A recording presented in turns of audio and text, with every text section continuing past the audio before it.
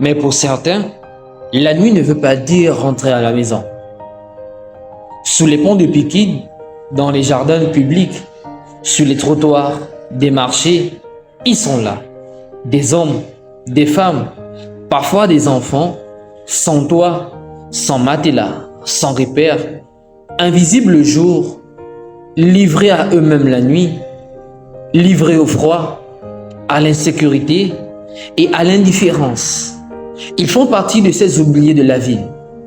Samedi dernier, un groupe de bénévoles a choisi de ne pas les oublier.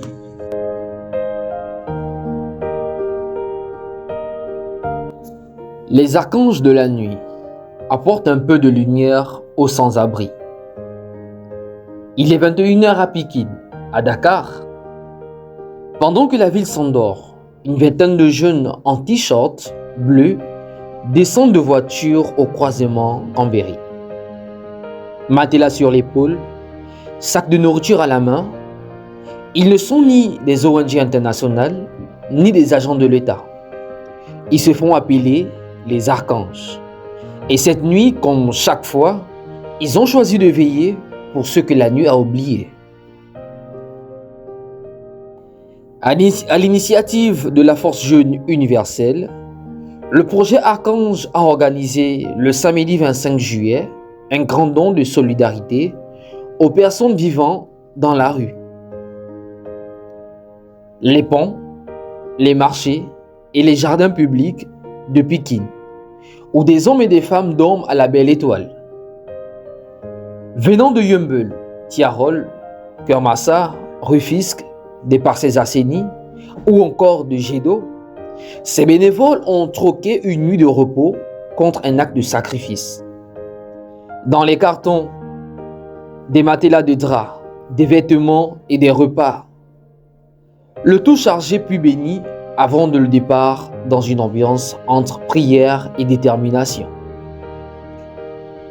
Objectif affiché, aller là où personne ne va.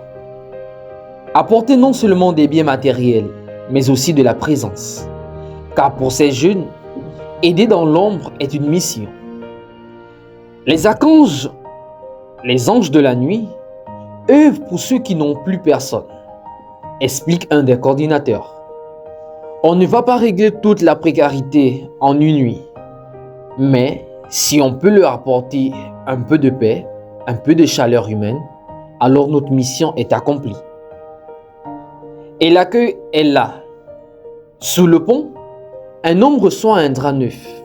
Et plus loin, une femme partage un plat de nourriture. Et de l'autre côté, un homme partage un café.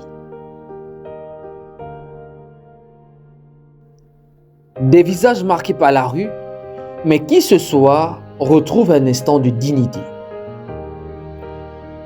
En repartant à l'aube, les anges de la nuit laissent derrière eux plus que des dons. Ils laissent un message, celui d'un psaume qu'ils aiment citer.